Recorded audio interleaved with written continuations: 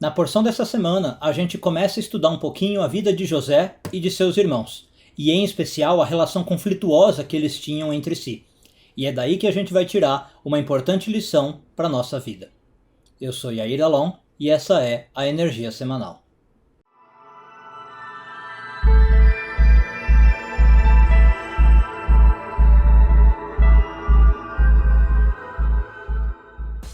Não é novidade para ninguém que conhece um pouquinho a Bíblia que os irmãos de José tinham profunda inveja dele.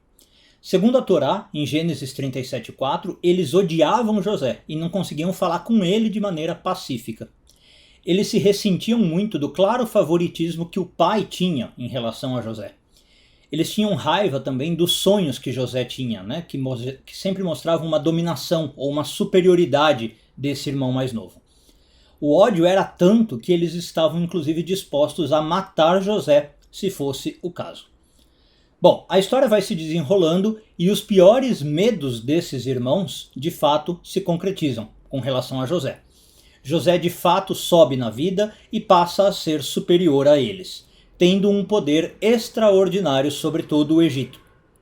Quando a família se reencontra no Egito, alguns anos depois, Jacó continua demonstrando seu favoritismo a José. Talvez um favoritismo ainda maior, um favoritismo até mais forte do que antes, porque agora realmente José cresceu na vida, digamos assim.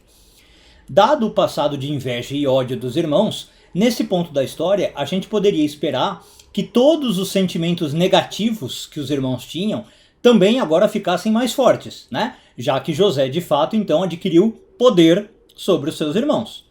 Mas, no entanto, não é isso que ocorre. Isso é muito curioso.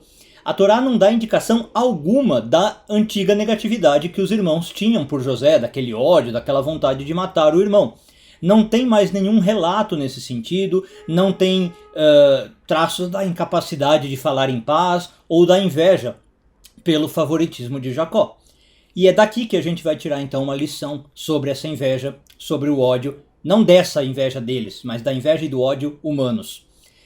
Quando eram mais novos, a gente pode dizer que os irmãos viam a vida talvez como uma competição, onde só pode ter um vencedor. Na cabeça desses irmãos, se José vence, eles perdem. Se José tem poder, eles devem fazer de tudo para derrubar o José. Caso contrário, eles podem usar o poder de maneira maléfica, Se o José tem poder, talvez ele vá usar esse poder contra nós. Com o passar do tempo, eles percebem que o José realmente tinha poder. De fato, ele subiu na vida, ele tem poder, tem riqueza, tem sabedoria, mas agora a visão desses irmãos é madura, é uma visão nova. Isso não importa. Ele tem tudo isso e não importa. Agora eles percebem que eles podem continuar vivendo a sua vida feliz e com sucesso, mesmo quando o José tem todas essas vantagens sobre eles. Os irmãos perceberam que a vida agora não se trata de uma competição, de modo algum. A vida não é um prato de balança, aquelas balanças antigas em que se um sobe, o outro precisa descer. Há espaço para todos subirem. Muito do ódio no nosso mundo advém de uma baixa autoestima, de um senso de identidade subdesenvolvido. As pessoas, na maioria das vezes, sentem inveja e ódio pelos que são mais inteligentes, pelos que são mais fortes, pelos que são mais ricos, mais bem-sucedidos, por causa disso. Porque na cabeça delas, só um dos lados pode ganhar. Se os outros estão com qualquer coisa a mais, é porque elas estão com menos e não dá para ser diferente. Tem um teórico da psiquiatria, da psicanálise, chamado Erich Fromm, que fala de uma síndrome que acomete algumas pessoas. Por causa de frustrações pessoais, sentimentos de inferioridade e de um narcisismo insalubre, muitas pessoas devotam sua vida ao ódio. Essa é a síndrome. As pessoas que sofrem dessa síndrome são as tipicamente infelizes, e que mais do que serem felizes, elas se incomodam com a felicidade dos outros. Não é que elas são infelizes e ficam no mundo delas, mas a felicidade dos outros dói, incomoda.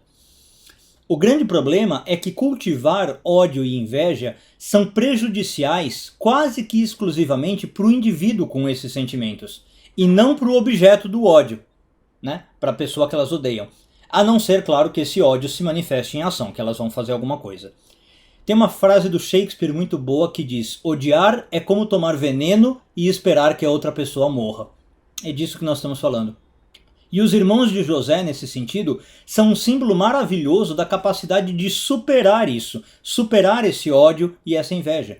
Eles aprenderam a fugir dessa síndrome que o Erich Fromm está falando. E eles lidaram com esses seus sentimentos de inferioridade, com essa autoestima que não estava muito boa.